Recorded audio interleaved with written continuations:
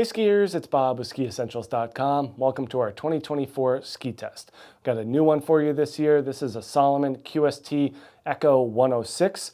This is their foray into the world of hybrid touring skis, taking an existing footprint and lightening the load for skiers that are doing a mix of in and out of bounds skiing. You're gonna want to put a hybrid binding on this and have some type of hybrid boot to pair with it in order to maximize that intended use. You could also feel free to just put a regular alpine binding on this and ski it like a lighter QST 106. So it does share that exact same footprint with that 106. So they're taking that popular freeride ski for softer snow and just adding, or rather taking away some weight to make it more accessible for out of bounds touring backcountry skiing. Like we've seen with other ski models, you know, Blizzard Hustle, Nordica, Enforcer Unlimited, stuff like that. It's not like a huge reduction in weight. It's more like a little bit. And that kind of, we hope that's not confusing for skiers, just because it's overall very similar. I think that the main difference is if you're looking for something that's more of that hard charging skier, skiing, you're 100% inbounds, then those alpine versions make more sense. But if you're a little bit more on the mellow or moderate side, or if you're looking to kind of have that same ski but in a touring application, occasional touring better than dedicated touring. That's kind of where these things show up and are super handy. But I put a couple days on these skis this year and really like them. I end up being a fan of that Enforcer 104 Unlimited, the Hustle 10 as alpine skis. But you as a skier are able to kind of put your own spin on how you want to use these things. The main difference here in the build, whereas QST 106 is a full poplar wood core with carbon and flax stringers, this one is a blend of poplar and Karuba wood core, very similar to what we see in the new Stance skis or the previous Stance women's versions. And then they add basalt fibers instead of the carbon flax material. So basalt's a little bit lighter, not quite as energetic or poppy, actually a little bit damper. So this felt to me slightly quieter, especially given those additional materials. But you can feel that energy of the Karuba come through. Nice snappy pop out of the turn in this ski. I mean, I skied it only in the resort and it did just fine. But really, really cool ski coming from Salomon, shares that footprint, slightly longer turn radius. This is the 189.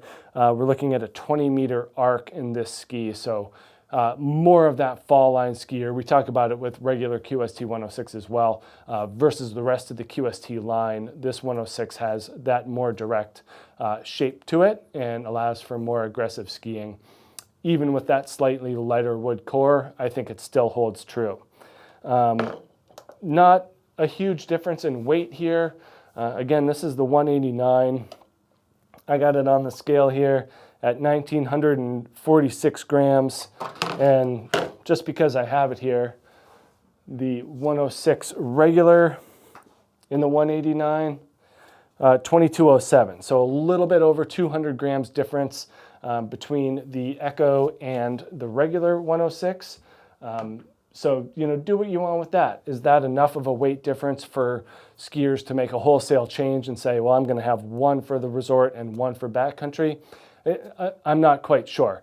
At the end of the day, though, this is still a good ski in a vacuum. If that normal 106 didn't exist, this Echo would still be a great choice. Like we talked about with the normal 106, very, very progressive rocker and taper shape and profile. Nice positive camber underfoot. Again, that with the basalt fibers gave the ski really good amount of energy. And then nice long rocker in the shovel here. Great floater. That pairs well with that taper. The taper is a little bit earlier than the end of the rocker.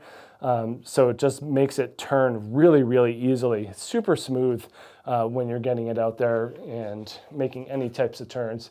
I skied it more in like spring snow, which, around here in Vermont, we have more of those spring days sometimes than actual powder days. And when you're skiing through a lot of deep corn and mush, you kind of get that same feeling as how the ski would perform in pure powder, which in this case is really, really well. That nice kind of more pointy taper in the tail as well gives you that rudder-like experience, which I think is really helpful, especially if you're in tighter spots, trees, and you need some maneuverability.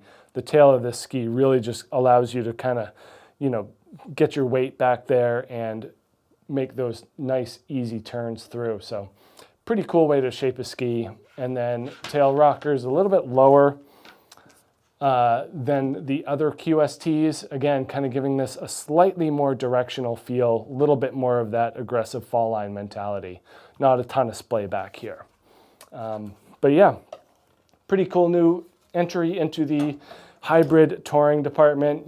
They have their Mountain Lab skis for true dedicated tourers.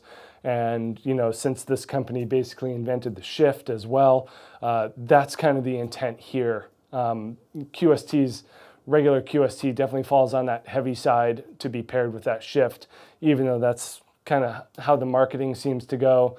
So I think this is kind of a natural progression, is having the ski actually be better suited for a hybrid binding like the shift. So again, up to you how you choose to see this thing, whether it's full on downhill, alpine, touring, some mix of the two, whatever you want to do.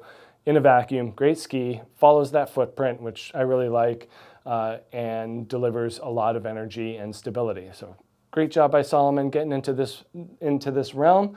Make sure you check out this 2024 QST 106 here at skiessentials.com, and we will see you out there on the hill.